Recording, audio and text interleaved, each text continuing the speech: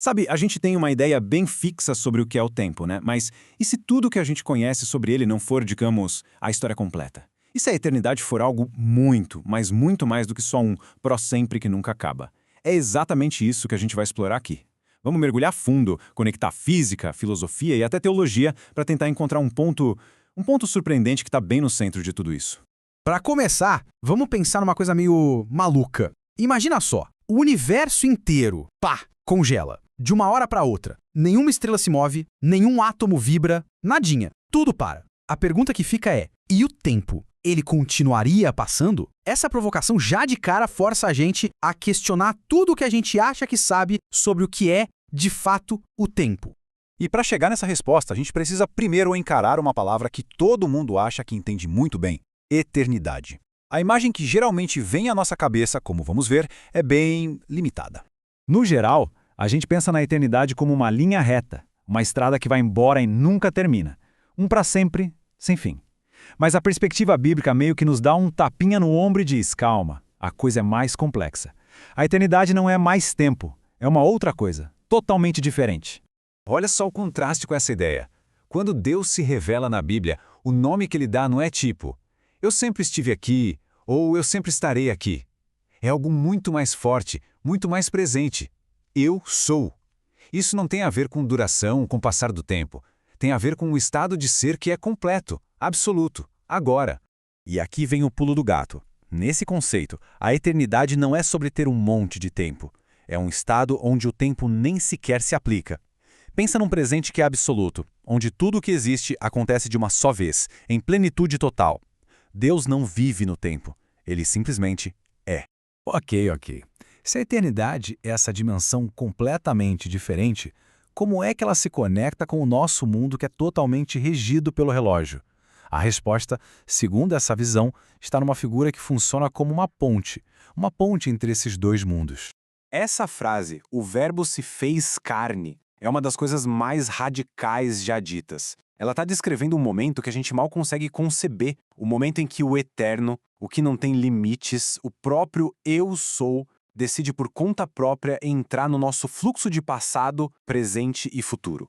E aqui Jesus deixa a coisa ainda mais chocante. Repara bem, ele não diz "eu já existia antes de Abraão", o que só colocaria ele num ponto anterior da linha do tempo. Não. Ele usa aquele mesmíssimo nome eterno, fora do tempo. Eu sou. Ele está basicamente dizendo que a existência dele não pertence à história como a nossa. O que isso tudo nos diz é: uau! É de explodir a cabeça. Cristo é apresentado como esse ponto exato onde o que é eterno encontra o que é temporal, onde o infinito se veste de finito.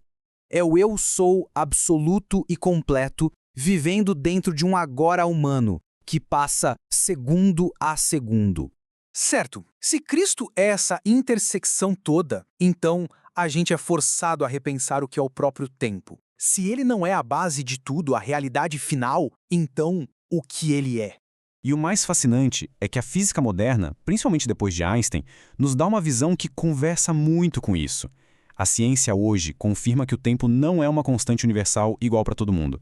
Ele faz parte do tecido do universo. Ele teve um começo, lá no Big Bang, e ele pode esticar e encolher dependendo da gravidade.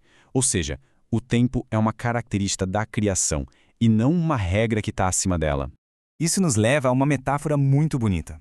Pensa assim, se Deus na sua eternidade vê a história inteira como um único quadro, completo, então o tempo é a forma como nós experimentamos esse mesmo quadro, pincelada por pincelada, em sequência.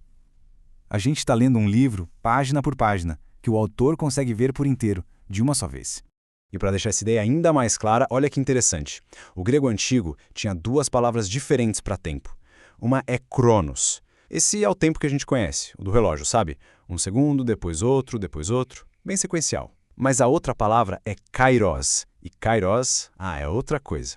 É um tempo de qualidade, um momento perfeito, uma janela de oportunidade cheia de um significado que vai além. A chegada de Cristo na história, então, não foi só um evento no Cronos, no calendário. Foi o kairos definitivo. E agora? Agora todas essas peças se juntam. Eternidade, tempo como uma linguagem, kairos, tudo isso converge para um único ponto. Um evento que, Dentro dessa lógica, se torna o centro de tudo, o eixo em torno do qual a realidade inteira gira. Se a gente olhar só pela lente da história, é bem simples. A crucificação aconteceu num lugar e numa data específica, lá por volta do ano 30 depois de Cristo. É um pontinho fixo na nossa linha do tempo, um evento que ficou para trás. Só que aí a teologia vem e joga uma pergunta que vira a mesa. E se esse evento que aconteceu num ponto da história também existir de alguma forma fora da história? Peraí, como algo que aconteceu no ano 30 poderia ter algum efeito antes mesmo do mundo existir?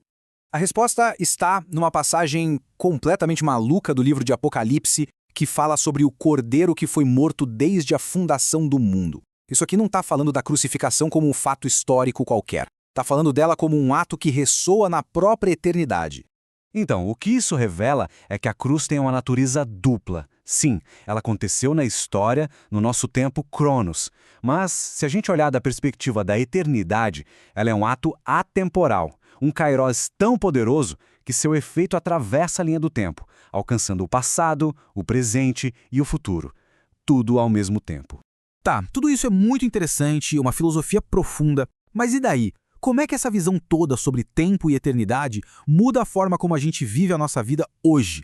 A pista principal está no tempo verbal dessa frase. O texto não diz que a vida eterna será algo que a gente ganha no futuro, depois que morrer. Diz que é algo agora.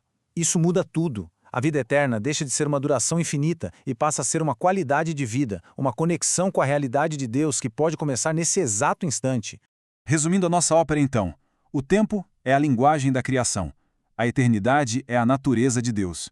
E Cristo? Bem, Cristo é a ponte, a conexão definitiva que une esses dois mundos. E a consequência disso é simplesmente transformadora. Significa que, por meio dessa ponte, o nosso agora, este momento aqui que é tão rápido e passageiro, pode de fato tocar o eterno de Deus. Isso dá um peso, uma importância, um significado absurdo para os nossos momentos mais comuns do dia a dia. E para fechar, fica uma última provocação para a gente pensar. Se o ato central da fé cristã não é só algo que aconteceu há 2000 anos e ficou no passado, mas um ato que existe para sempre, na eternidade, como isso muda o que a gente entende por salvação? A discussão continua. Muito obrigado pela companhia.